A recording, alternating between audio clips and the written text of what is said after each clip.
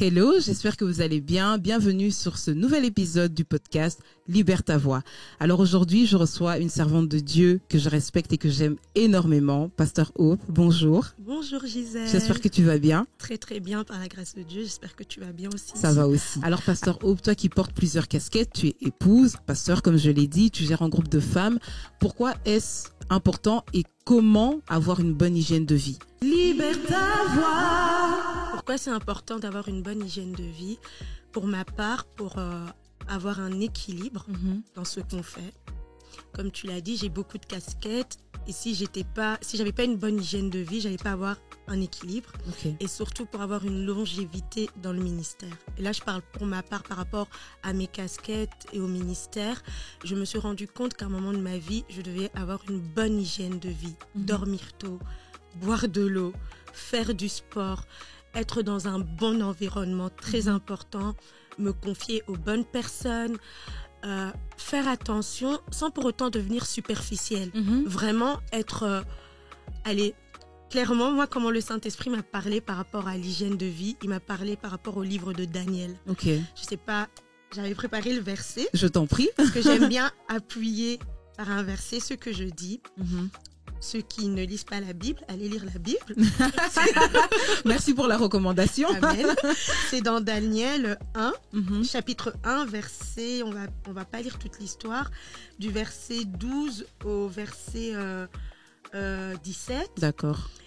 Le concept de l'histoire, on voit que Daniel, il a ses amis, il se retrouve au palais, nanana. Donc, il lisait vraiment l'histoire parce que là, je peux pas développer. Oui.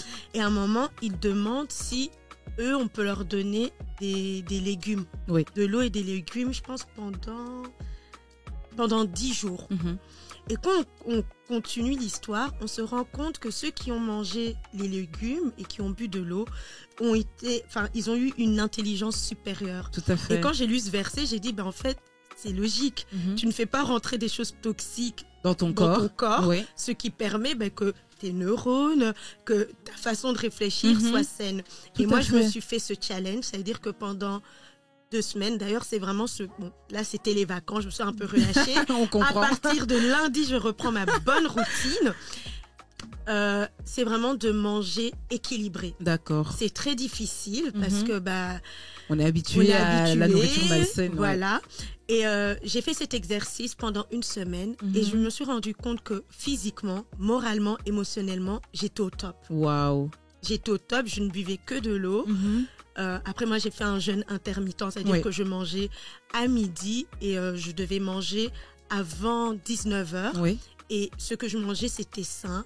J'étais en forme. Et à ça, j'ai aussi rajouté le sport. J'avais plus d'énergie. J'étais pas fatiguée et j'étais bien à l'intérieur. Ouais. Et c'est là que je me suis rendu compte que quand on ne mange pas bien, quand on n'a pas une bonne hygiène de vie, il y a vraiment un problème. Il y a un problème, il y a un déséquilibre. Il y a vraiment un déséquilibre. Et par rapport à ça, j'ai rajouté une routine aussi. D'accord. Dormir tôt.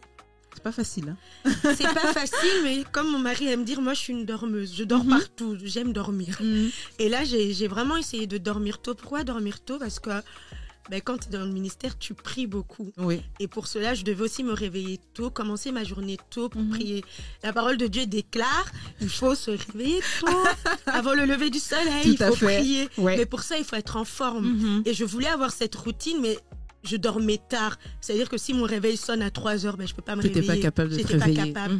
Du coup, j'ai dû changer ce mode de vie, dormir tôt pour me réveiller tôt. Et j'enchaînais tout. Oui. Je me réveille, je prie, je fais mon sport. Je me réveille, je prie, je médite, je fais mon sport. Je continue ma journée. Et c'était vraiment des journées exceptionnelles. Wow. Et tu vois que tu tiens dans le ministère. Tu vois aussi que le Saint-Esprit est proche de toi. Une autre révélation que j'avais eue du Saint-Esprit, c'est que le Saint-Esprit, il aime les lieux propres. Tout à fait, c'est vrai. C'est vrai. Quand je parle de lieu, il aime vraiment une chambre propre, une maison propre et aussi un corps qui est propre. Il n'aime pas la saleté. Tout à fait. Et par rapport à ça, le fait d'avoir une bonne hygiène de vie, ça me permettait en tant qu'épouse de faire toutes mes responsabilités. Bon, après... c'est vrai que moi j'aime bien que tout soit bien que rangé, tout soit clean, tout soit clean. Donc ça c'est vraiment une grâce que je tiens de ma maman. J'avais déjà facile à ce que notre appartement soit toujours bien, mais rajouter à ça le fait que je mange bien, ça a aussi créé cet lieu environnement sain, en fait. sain, en Oui. fait. Donc, c'est vraiment comme ça. Les tips que je peux donner, c'est vous créer une routine écrite. Ok. Après, chacun fait comme il veut. Moi, pour moi, c'est vraiment important d'écrire ce que je veux faire. Je suis le genre de personne qui écrit 6 heures Oui. réveil. Et de s'y tenir aussi, de tenir sur le long terme. Oui. Et j'ai aussi cette facilité à m'y tenir. Ah, c'est Par bien la ça. grâce de Dieu. Oui. C'est-à-dire que j'organise ma journée avec des heures. Mhm. Je sais que à 5 heures, je me réveille, Oui. je prie. À 6 heures, je prie avec ma team. Mhm. Et puis, je fais du sport si j'ai la force. Ou Mhm. sinon, je vais m'endormir. Mais quand je me réveille, je fais du sport. Ok. J'essaye vraiment d'organiser ma journée Mhm. et l'équilibre. C'est-à-dire que en tant que femme qui a beaucoup de casquettes, je prends aussi beaucoup de temps avec mon mari, Mhm. un petit Netflix, ça Mhm. fait pas du mal. Ça fait du bien. Franchement, on se pose à deux, on parle de nos projets et j'essaye de pas toujours être ministère. Ok. De vraiment trouver cet équilibre justement entre ta vie privée et ta vie ministérielle. Exactement. D'ailleurs, pour nous, le lundi, c'est notre jour off. Mhm. On essaye de pas avoir d'appels. Oui. C'est un peu difficile pour Ben mon mari, oui. mais moi, Mhm. je m'y tiens. Quand je vois j'essaye de pas répondre ou je dis clairement, Mhm. on va régler ça mardi. Oui.